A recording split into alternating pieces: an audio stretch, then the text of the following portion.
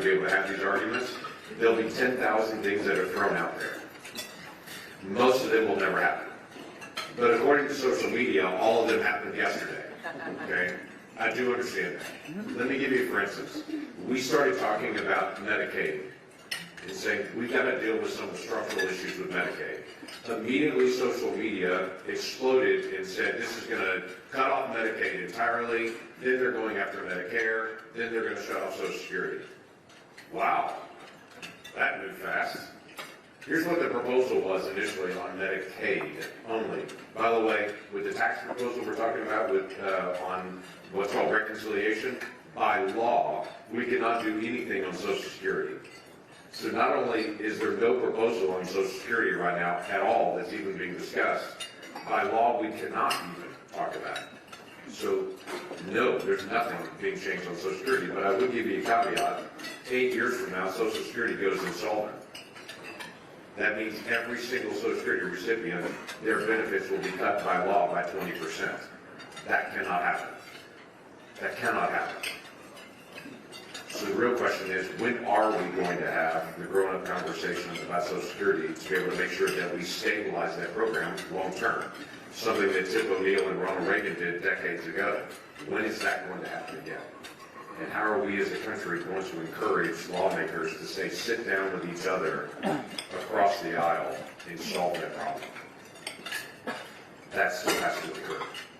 On the Medicaid side, we just talk about that. Here are the two big proposals that are out there on Medicaid right now. One is, on most of our social safety net programs that are in the federal government, there's also a work requirement. I go back to this, but you know when the work requirement got added in? Under President Clinton.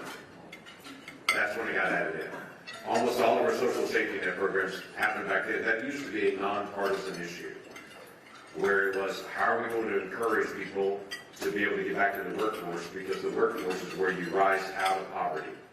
The Brookings Institute, which is a center-left think tank, the Brookings Institute has for years actually put out their own study to say, how do people that are born in poverty rise out of poverty? Year after year they do this study, and year after year it comes out with the same results. Three things occur. These three things occur. 97% chance you rise out of poverty if you're born in poverty. If you wait till after marriage to have children, if you graduate from high school and you have a job of any type, even if it's entry-level minimum wage, 97% chance that you rise out of poverty in your lifetime. 97%. Wait till after marriage to have children, graduate high school, and have a job of any type. If we want to help people to be able to rise, one of the things that we should do is help people to be able to get to employment. That should be an incentive. And I've said this to this group before, I will say it again. I don't believe that work is punishment. Work is actually purposeful, not punishment. It gives us a reason to get out of bed. It changes the perspective from what's happening in my life to how am I serving other people. And it turns our attention to how can I serve rather than how can I be served. Work is beneficial. And for those of us from a Christian worldview, in the Garden of Eden, before the fall, there was already work. Remember, God told them to tend the garden before the fall. Now, it got harder after the fall. I'm well aware of that. But work is not punishment. We were created to be able to work. We were created to be able to serve each other, to be able to care for each other in that way. And that's beneficial for our families and for our communities on this. So here's our crazy idea.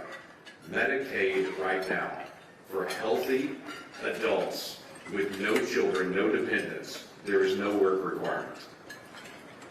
It's one of the few social safety net programs that doesn't have that. We're not talking about disabled individuals. We're not talking about moms with young children. We're talking about adults with no children that are healthy, that are on the Medicaid program. Why would we not have a work requirement there? What difference would a work requirement make in that? Well, the first thing is if they get into an employment somewhere, most likely they're going to get employer-based health care, and they're off the program entirely. That helps every single part of the program itself. That's a big issue, to be able to just incentivize people to be able to get to a job of any type on it and to be able to get employer-provided health care. Those things make a difference in our federal budget. Here's another one. Right now, if someone lives in Arkansas, sees the light, and they move to Oklahoma, When they get here, if they're on Medicaid, it's very likely Medicaid is still paying Arkansas's benefit and Oklahoma's benefit. Very likely. Because the system has literally not been updated, so if they move mid-year to be able to know where to be able to pay. So about $3 billion is lost just from Medicaid literally paying for the same treatment in 2 different states, when there was only one treatment in one state. There are some structural problems that are in Medicaid that are in the billions of dollars that we should be able to address. Those are some of the crazy ideas that we're bringing up. And when I actually have a rational conversation with someone about Medicaid, they go, I said that kind of makes sense. Why didn't we do that a long time ago? There are billions of dollars and other things that we're trying to examine to say, how do we actually get this back to a stable system so we can operate this? And as you go throughout the federal government, we're trying to ask those questions of every single program to say, what can we do to be able to pull back our spending?